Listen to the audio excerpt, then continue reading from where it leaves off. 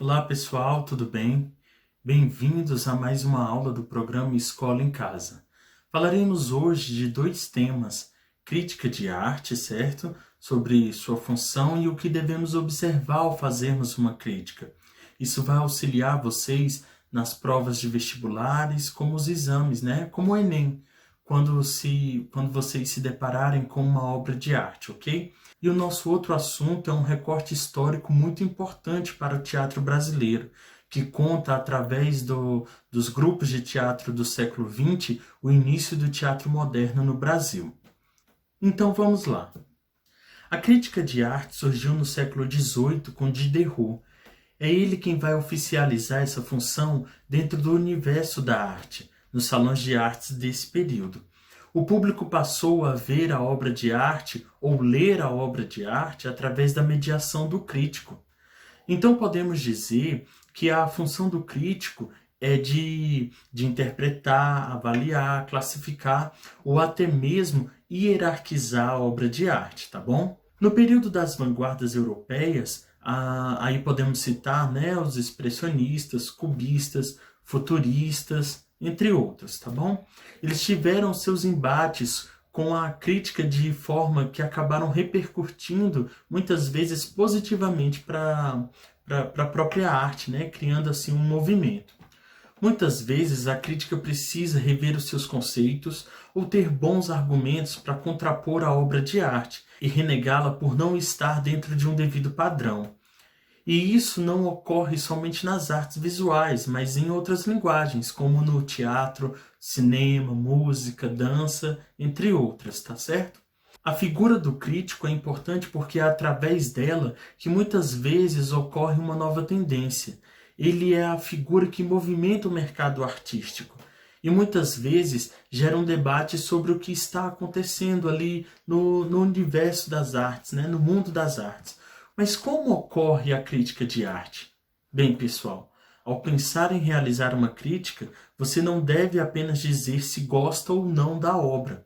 Você, na verdade, precisa observar, avaliar e muitas vezes buscar referências em outras áreas de conhecimento para poder garantir que tem um bom argumento. Para realizar uma crítica, deve-se inicialmente seguir alguns passos, tá? Descrever a obra, analisar, interpretar e só assim você vai poder julgar. Então vamos ao primeiro passo. Ao descrever, você vai reunir as informações da legenda da obra, descrever o que você está vendo, tentando ser o mais neutro possível. Reflita sobre os elementos da obra, como a linha, ponto, cor, luz, perspectiva e a utilização dos espaços e as formas, tá bom? O segundo passo é a análise. Nela você vai refletir sobre os meios de composição, equilíbrio, contraste, movimento e proporção. Observe os pontos de fuga, né? Qual é o ponto de fuga? Para onde o seu olhar é guiado e se pergunte qual é a temática da obra. Para interpretar, tente identificar o objetivo do artista, quais foram as suas reações, como se sentiu ao ser exposto à obra, tá? E por fim, julgue a obra. Pense se a obra foi bem sucedida, se o artista alcançou seu objetivo. Defina para si pelo que vai julgar a obra. E não se esqueça de dizer os motivos que acredita por que a obra foi bem sucedida ou mal sucedida. Esse é o momento de você criar os seus argumentos. Uma dica para exercitar a crítica e treinar o olhar é escolher uma obra de arte e fazer esse passo a passo, tá certo? Agora vamos tratar do nosso segundo assunto. Tema que vira e mexe é a questão do Enem e do PAS. O início do teatro moderno no Brasil, tá? Como vocês já devem ter ouvido falar, consideramos como marco inicial do modernismo no Brasil a Semana de Arte Moderna de 1922, que ocorreu em São Paulo, tendo como seus principais nomes como o Oswald de Andrade, Anita Malfatti, Mara de Andrade, Tarsila do Amaral, Cândido Portinari, entre outros, tá? Esses artistas, representantes principalmente da literatura e das artes visuais, eles buscaram se desvencilhar dos exemplos e regras de identidade europeia e passaram a buscar uma identidade nacional, tanto nas artes quanto na vida. A partir desse período, a arte no Brasil ganha um outro rumo e com o teatro não é diferente. A verdade é que não havia uma forma, uma identidade brasileira de se fazer teatro, e a evolução na dramaturgia ainda estava por vir. Então, na década de 1930, começa a haver uma insatisfação com o que ocorria nos palcos na época. Os textos eram cheios de mesmices e as interpretações já estavam ultrapassadas, pois tinham um teor meio que declamatório, sabe? E isso não convencia mais ninguém. E aí os grupos amadores de teatro passam a se movimentar, experimentar novidades, grupos universitários vão surgir, tá? Como exemplo disso, nós temos o Teatro Universitário de Jerusa Camões e o Teatro do Estudante do Brasil. É importante saber que em São Paulo não havia um único grupo de teatro permanente. Somente algumas companhias do Rio de Janeiro é que realizavam apresentações em São Paulo. Então o que vai acontecer é que os grupos amadores vão começar a se apresentar com maior frequência e essas inquietações desses grupos faz surgir o grupo Os Comediantes, que tinha como objetivo elevar o nível do repertório e da encenação do teatro no Brasil. Mas isso principalmente com os textos estrangeiros, tá? Isso é um detalhe importante, essa valorização da dramaturgia estrangeira nessa época. Aí o que vai acontecer é que em 1939 vai estourar a Segunda Guerra Mundial e Ziembinski, que era um polonês muito famoso e que tinha uma vasta experiência no teatro, ele vai vir para o Brasil. E ele é quem vai influenciar o grupo Os Comediantes a encenarem uma peça nacional. Então, em 1943, eles estreiam o espetáculo Vestido de Noiva, que é uma peça de Nelson Rodrigues. Olha só, pessoal, Nelson Rodrigues é um dramaturgo importantíssimo para a cena teatral brasileira. Para vocês que estão no terceiro ano, vai cair uma obra dele no PAS chamada Perdoe-me por me traíres, tá? Então já fica a dica aí, que é importante saber da história desse dramaturgo e fazer a leitura dessa obra. Mas voltando aqui ao nosso assunto, então foi a obra Vestido de Noiva que eles estrearam em 1943 e que vai ser um grande estouro, um grande sucesso na época, tá? Até porque é uma peça que vai falar da vida do carioca, como é que a sociedade estava se vendo naquele período, não tinha um caráter burguês como havia antes, tá? Então a nacionalidade passa a ter uma voz nos palcos. E é com esse espetáculo, Vestido de Noiva, que os estudiosos do teatro vão dizer que é o marco inicial da história do teatro moderno no Brasil. Enquanto isso, em São Paulo, um cara chamado Franco Zampari, em 1948, vai fundar o Teatro Brasileiro de Comédia, o TBC. Esse grupo, pessoal, vai iniciar um processo que vai se preocupar com a estética das apresentações. Zampari vai reformar um edifício e transformar em um teatro com mais de 300 lugares. Tudo isso com a burguesia paulistana. Então as peças tinham esse caráter e as temáticas burguesas, tá? No Brasil, passa a chegar diversos estrangeiros por conta do pós-guerra, e Zampari convida vários diretores, todos italianos, né, para fazer parte do grupo, e com o passar do tempo, o grupo e o elenco passam a ficar famoso, tá? Com vários talentos como Sérgio Cardoso, Nídia Lícia, Paulo Altran, Cacilda Beck, Fernanda Montenegro, tá? Sendo um teatro feito para a burguesia. Era uma plateia muito privativa. Assim, só os burgueses paulistanos que iam assistir. E o grupo ainda valorizava a questão da dramaturgia estrangeira, ok? E contra tudo isso, contra essa proposta do TBC, surge um grupo que vai ter um outro caráter, com uma preocupação estética bem diferente da proposta do TBC, tá? O grupo de teatro de arena vai ter uma pegada mais política, uma pegada social. Eles vão trabalhar de forma improvisada num prédio vazio, que o palco vai dar uma aproximação maior com a plateia. O teatro de arena vai ser um grande opositor do TBC, passando a dedicar-se exclusivamente aos textos nacionais, com engajamento político e social. No grupo teremos nomes como Jean Francesco Guarnieri, Oduval Viana Filho, Chico de Assis e Augusto Boal, tá? que são nomes fortíssimos para o teatro nacional. E o Arena, com esse engajamento, vai organizar um seminário de dramaturgia. E nesse seminário saíram vários textos com a identidade nacional.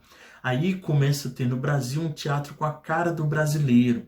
Entre eles temos o texto Eles Não Usam Black Tie, de Gianfrancesco Guarnieri. E tem tantos outros espetáculos, tantos outros clássicos, né, do teatro brasileiro, tá bom? Como o espetáculo Arena Conta Zumbi, que é de 1965.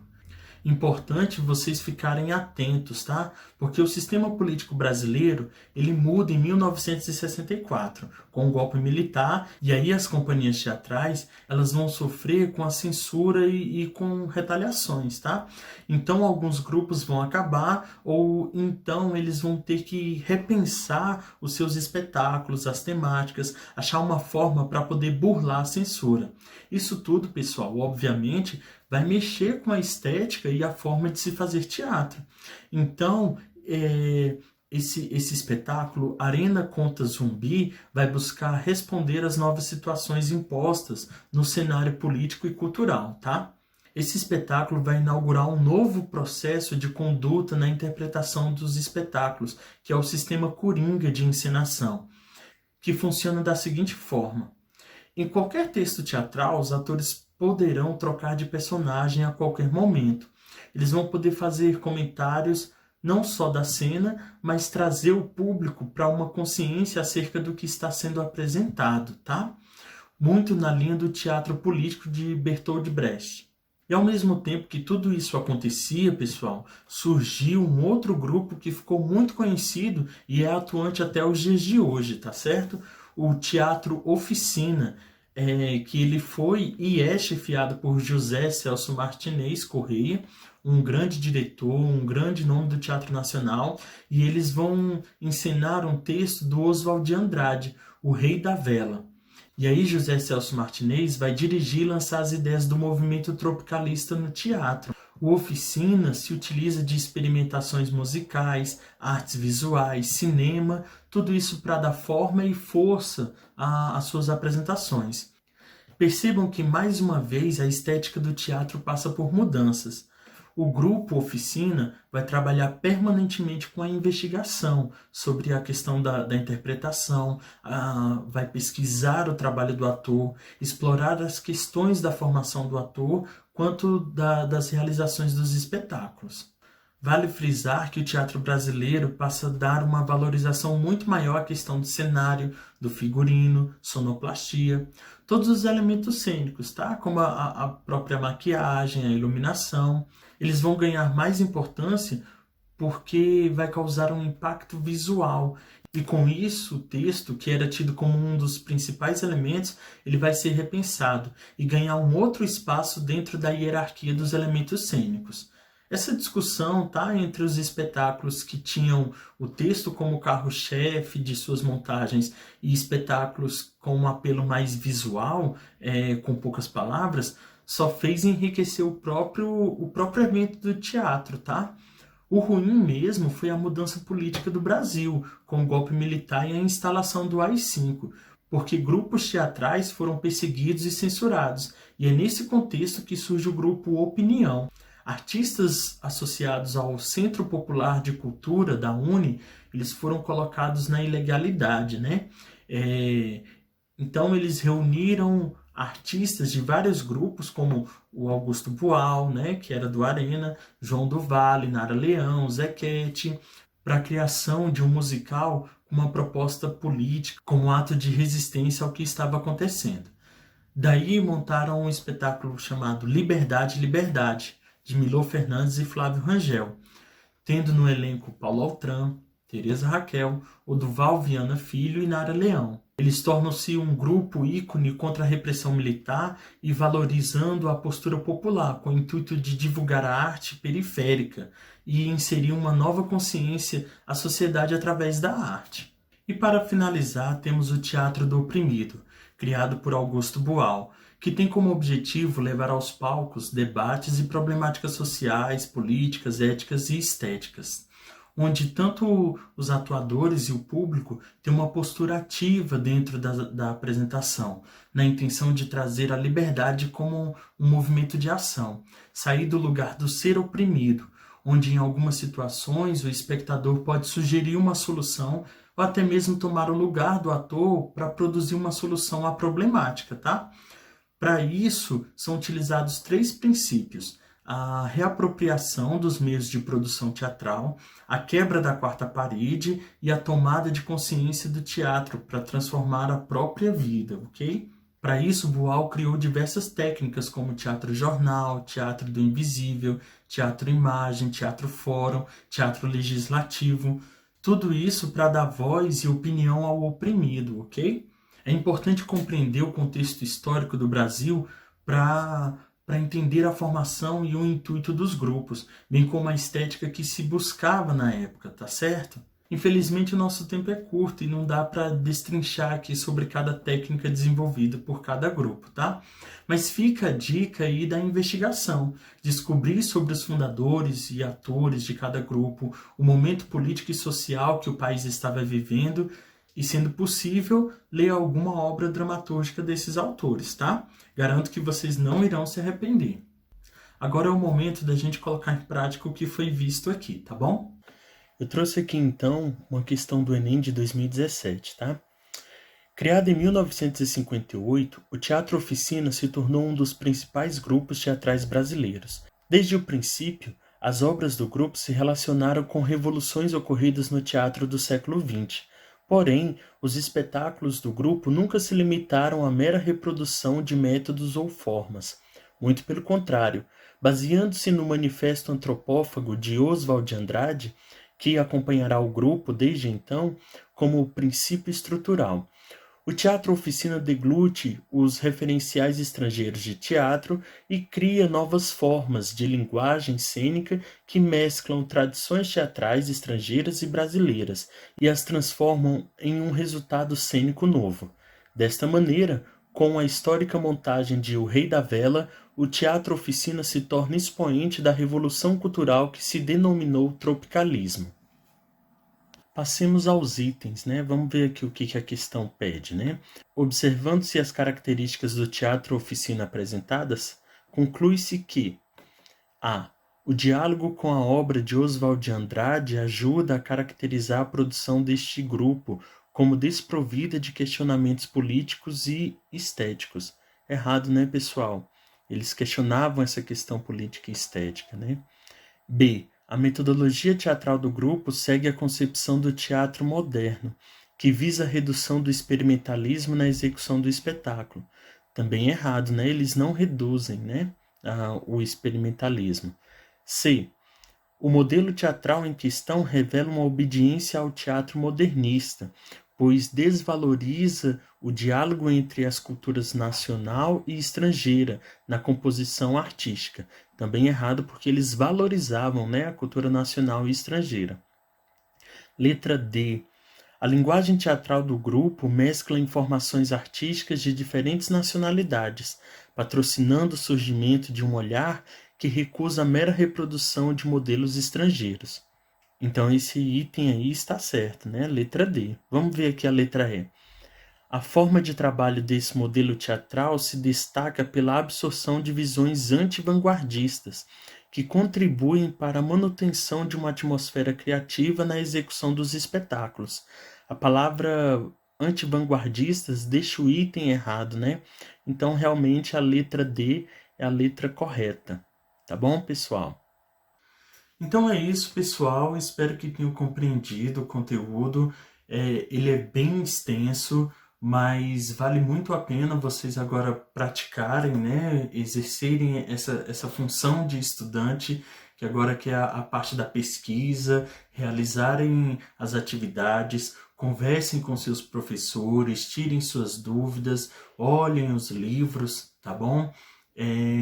E aí aquela coisa, se for sair, use máscara, lavem as mãos, tomem todo o cuidado, tá bom? Mantenham o foco, que daqui a pouquinho a gente vai estar aí presencialmente se encontrando, tá bom? Forte abraço!